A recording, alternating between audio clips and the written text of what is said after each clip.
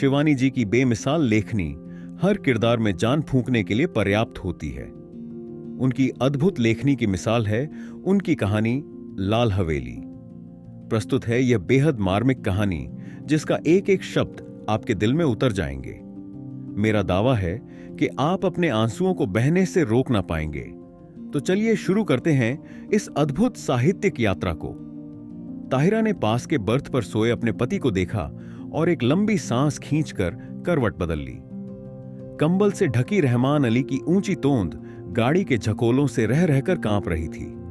अभी 3 घंटे और थे। ताहिरा ने अपनी नाजुक कलाई में बंधी हीरे की जगमगाती घड़ी को कोसा। कमबख्त कितनी देर में घंटी बजा रही थी। रात भर एक आंख भी नहीं लगी थी उसकी। पास के बर्थ में उसका पति और नीचे के बर्थ में उसकी बेटी सलमा, दोनों नींद में बेखबर बेहोश पड़े थे। ताहिरा घबराकर बैठ गई। क्यों आ गई थी वह पति के कहने में 100 बहाने बना सकती थी।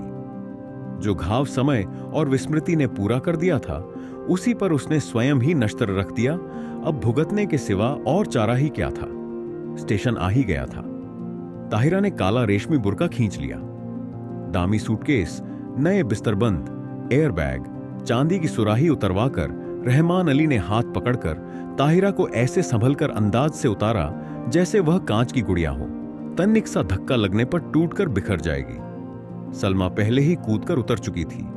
दूर से भागते हांफते हाथ में काली टोपी पकड़े एक नाटे से आदमी ने लपक कर रहमान अली को गले से लगाया और गोद में लेकर हवा में उठा लिया। उन दोनों की आंखों से आंसू बह रहे थे। तो यही मामू बित्ते हैं, ताहिरा ने मन ही मन सोचा, और थे भी बित्ते ही भर के। बिटिया को देखकर मामू ने झट गले से लगा लिया। बिल्कुल इस्मत है रहमान, वे सलमा का माथा चूम चूम कर कहे जा रहे थे। वही चेहरा मोहरा, वही नैन नक्श। इस्मत नहीं रही तो खुदा ने दूसरी इस्मत भेज दी। ताहिरा पत्थर की सी मूरत बनी चुप खड़ी थी। उसके दिल पर जो दहकते अंगारे दहक रहे थे उन्हें कौन देख सकता था। वही स्टेशन, वही कनेर का पेड़। 15 साल में इस छोटे से स्टेशन को भी क्या कोई नहीं बदल सका। चलो बेटी, मामू बोले। बाहर कार खड़ी है। जिला तो छोटा है पर अल्ताफ की पहली पोस्टिंग यही हुई। इंशाअल्लाह अब कोई बड़ा शहर मिलेगा। मामू के इकलौते बेटे अल्ताफ की शादी में रहमान अली पाकिस्तान से आया था। अल्ताफ को पुलिस कप्तान बनकर भी क्या इसी शहर में आना था। ताहिरा फिर मन ही मन कुड़ी। घर पहुंचे तो बूढ़ी नानी खुशी से पागल सी हो गई। बार बार रहमान अली को गले लगाकर चूमती थी और सलमा को देखकर ताहिरा को देखना भूल गई। या अल्लाह, ये क्या तेरी कुदरत, इस्मत को ही फिर भेज दिया।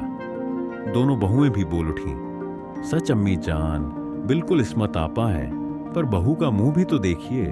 लीजिए, ये रही अशरफी। और झट अशरफी थमाकर नन्हिया सास ने ताहिरा का बुर्का उतार दिया। अल्लाह, चांद का टुकड़ा है, नन्ही नज़मा देखो, सोने का दिया जला धरा है। ताहिरा ने लज्जा से सिर झुका लिया। 15 साल में वह पहली बार ससुराल आई थी। बड़ी मुश्किल से वीजा मिला था। 3 दिन रहकर फिर पाकिस्तान चली जाएगी। पर कैसे कटेंगे ये 3 दिन। चलो बहू, ऊपर के कमरे में चलकर आराम करो, मैं चाय भिजवाती हूं, कहकर नन्ही मामी उसे ऊपर पहुंचा आई। रहमान नीचे ही बैठकर मामू से बातों में लग गया और सलमा को तो बड़ी अम्मी ने गोद में ही खींच लिया। बार बार उसके माथे पर हाथ फेरती और हिचकियां बंध जाती। मेरी इस्मत, मेरी बच्ची। ताहिरा ने एकांत कमरे में आकर बुर्का फेंक दिया। बंद खिड़की को खोला तो कलेजा धक हो गया। सामने लाल हवेली खड़ी थी। चटपट खिड़की बंद कर तख्त पर गिरती पड़ती बैठ गई। खुदाया, तू मुझे क्यों सता रहा है। वह मुंह ढांप कर सिसक उठी। पर क्यों दोष दे वह किसी को। वह तो जान गई थी कि हिंदुस्तान के जिस शहर में उसे जाना है वहां का एक एक कंकड़ उस पर पहाड़ सा टूट कर बरसेगा। उसके नेक पति को क्या पता, भोला रहमान अली, जिसकी पवित्र आंखों में ताहिरा के प्रति प्रेम की गंगा छलकती, जिसने उसे पालतू हिरनी सा बनाकर अपनी बेड़ियों से बांध लिया था, उस रहमान अली से क्या कहती। पाकिस्तान के बंटवारे में कितने पिसे, उसी में से एक थी ताहिरा। तब थी वह 16 वर्ष की कनक छड़ी सी सुंदरी सुधा। सुधा अपने मामा के साथ ममेरी बहन के ब्याह में मुल्तान आई थी। दंगे की ज्वाला ने उसे फूंक दिया। मुस्लिम गुंडों की भीड़ जब भूखे कुत्तों की भांति उसे बोटी सी चिचोड़ने को थी, तभी आ गया फरिश्ता बनकर रहमान अली। नहीं, वे नहीं छोड़ेंगे। हिंदुओं ने उनकी बहू बेटियों को छोड़ दिया था क्या? पर रहमान अली की आवाज की मीठी डोर ने उन्हें बांध लिया। सांवला दुबला पतला रहमान सहसा कठोर मेघ बनकर उस पर छा गया।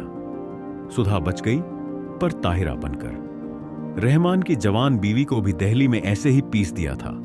वह जान बचाकर भाग आया था, बुझा और घायल दिल लेकर। सुधा ने बहुत सोचा समझा और रहमान ने भी दलीलें की, पर पशेमान हो गया। हार कर किसी ने एक दूसरे पर बीती बिना सुने ही मजबूरियों से समझौता कर लिया। ताहिरा उदास होती तो रहमान अली आसमान से तारे तोड़ लाता। वह हंसती तो वह कुर्बान हो जाता। 1 साल बाद बेटी पैदा हुई तो रहा सहा मैल भी ढुल कर रह गया।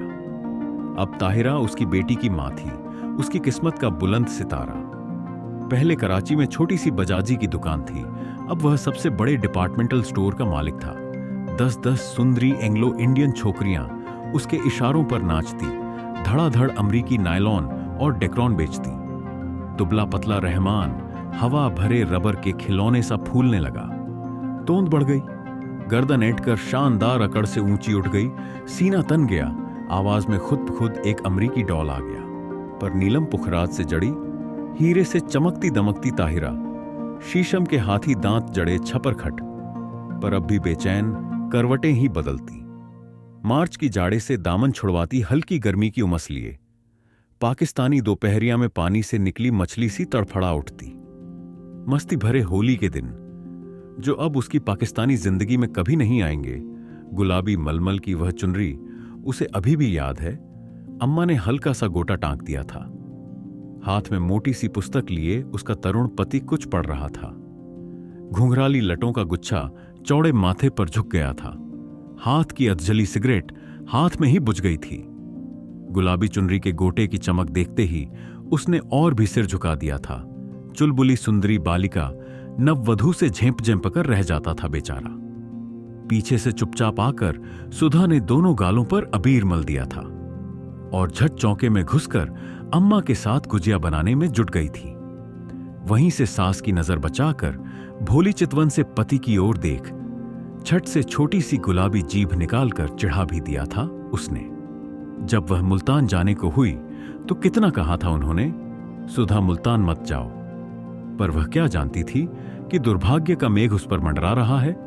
स्टेशन पर छोड़ने आए थे, इसी स्टेशन पर। यही कनेर का पेड़ था, यही जंगला। मामा जी के साथ गठरी सी बनी सुधा को घूंघट उठाने का अवकाश नहीं मिला। गाड़ी चली तो साहस कर उसने घूंघट जरा सा खिसकाकर अंतिम बार उन्हें देखा था। वही अमृत की अंतिम घूंट थी। सुधा तो मर गई थी, अब ताहिरा थी।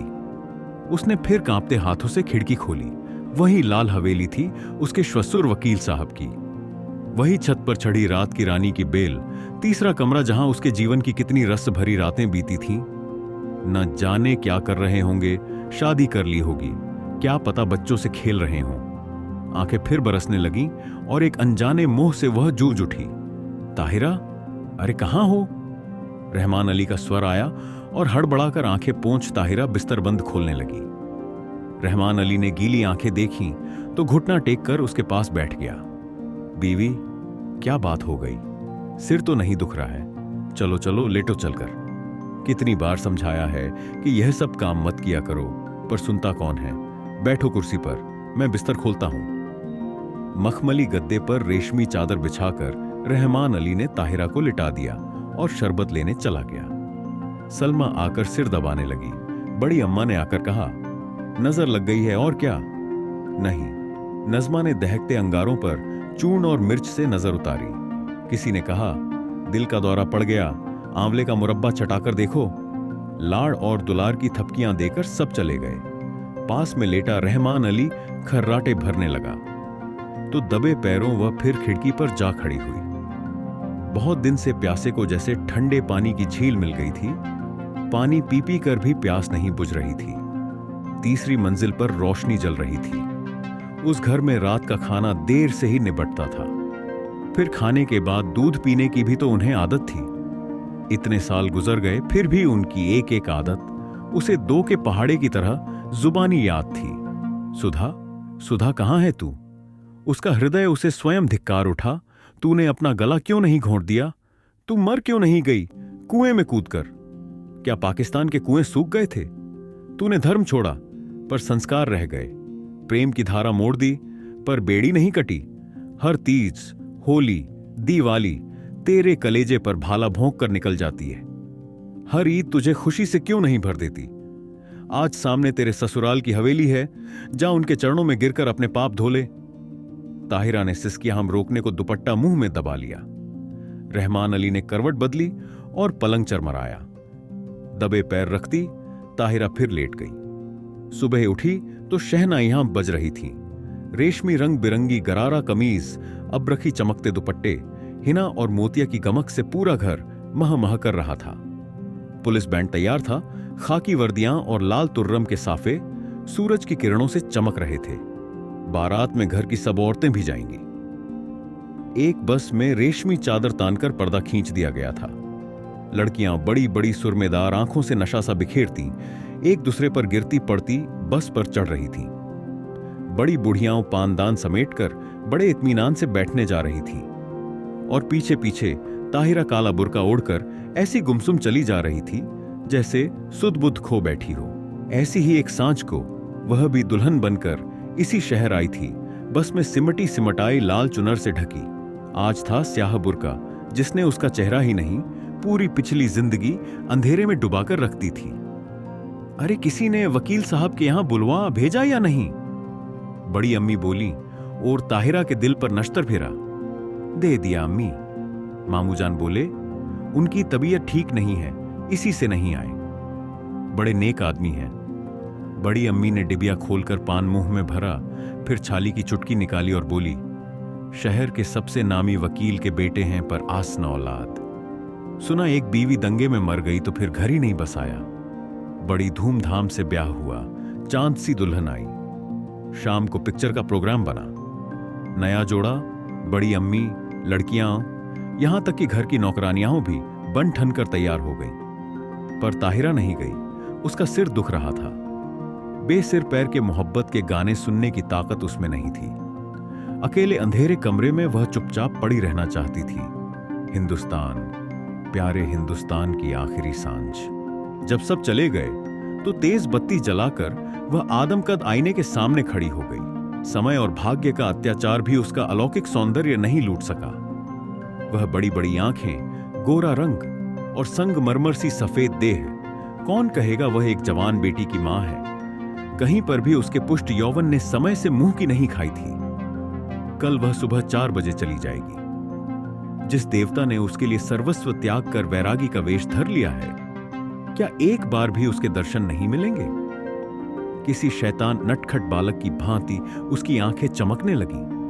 झटपट बुर्का ओढ़ वह बाहर निकल आई। पैरों में बिजली की गति आ गई, पर हवेली के पास आकर वह पसीना पसीना हो गई। पिछवाड़े की सीढ़ियां उसे याद थीं, जो ठीक उनके कमरे की छोटी खिड़की के पास आकर ही रुकती थीं। एक एक पैर 10 मन का हो गया। कलेजा फट फट कर मुंह को आ गया। पर अब वह ताहिरा नहीं थी। वह 16 वर्ष पूर्व की चंचल बालिका नववधू सुधा थी, जो सास की नजर बचाकर तरुण पति के गालों पर अबीर मलने जा रही थी।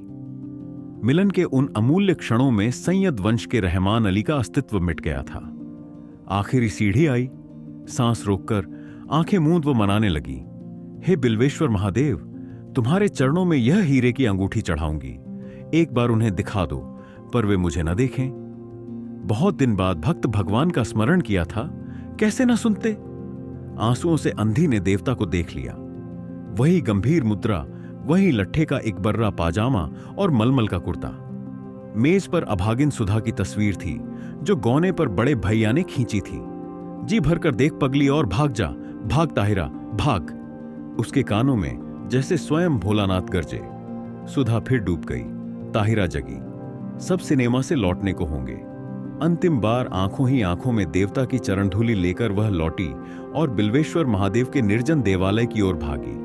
न जाने कितनी मनौतियां मांगी थीं इसी देहरी पर। सिर पटक कर वह लौट गई। आंचल पसारकर उसने आखिरी मनौती मांगी, हे भोलेनाथ, उन्हें सुखी रखना, उनके पैरों में कांटा भी न गड़े। हीरे की अंगूठी उतारकर चढ़ा दी और भागती हांफती घर पहुंची। रहमान अली ने आते ही उसका पीला चेहरा देखा तो नब्ज पकड़ ली। देखूं, बुखार तो नहीं है। अरे अंगूठी कहां गई? वह अंगूठी रहमान ने उसे इसी साल शादी के दिन यादगार में पहनाई थी। न जाने कहां गिर गई। थके स्वर में ताहिरा ने कहा, कोई बात नहीं। रहमान ने झुककर ठंडी बर्फ सी लंबी अंगुलियों को चूमकर कहा, ये अंगुलियां आबाद रहें। इंशाअल्लाह अब के तेहरान से चौकोर हीरा मंगवा लेंगे। ताहिरा की खोई दृष्टि खिड़की से बाहर अंधेरे में डूबती लाल हवेली पर थी, जिसके तीसरे कमरे की रोशनी दब से बुझ गई थी।